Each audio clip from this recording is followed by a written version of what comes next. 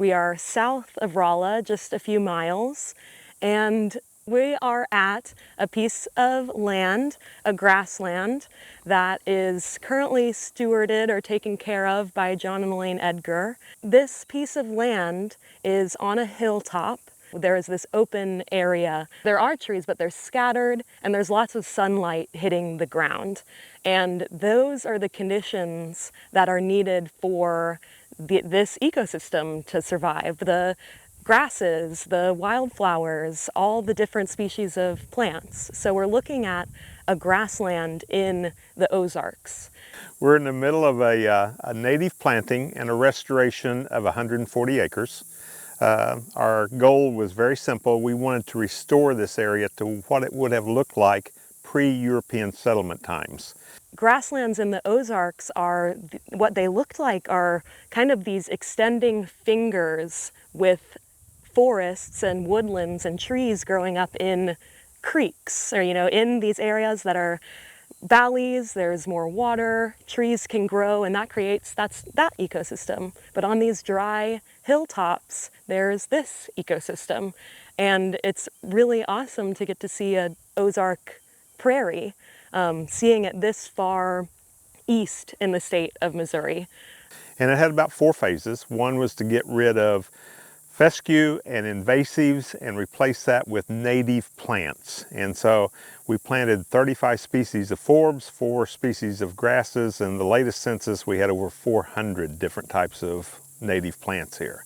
And then the last stage of this restoration process was to take 52 acres of woodlands and put the spacing of the trees back to where it was in 1800. So we removed at least half of the trees, and the process of removing the trees allows sunlight to get to the floor, and for species that have grown here for centuries to have a chance to grow again. Today, we are trying to catch monarch butterflies. They are a bright orange and black and white butterfly. They're beautiful. They are prominent in our landscape. We notice them. But we are trying to net some of these butterflies to put a little sticker on them, on their wing, in order to mark that butterfly as an individual. So we know that this is this individual that was in Rolla on this day.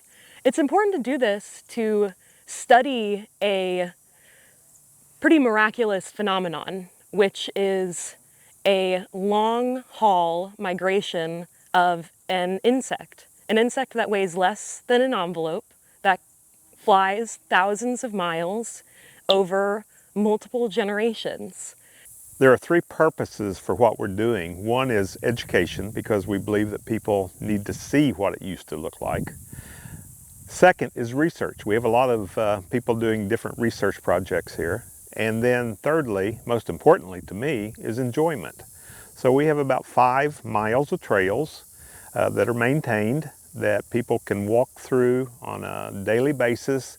They can take pictures, they can relax, they can enjoy, they can do what they want to do, but they're connecting with something that is truly real.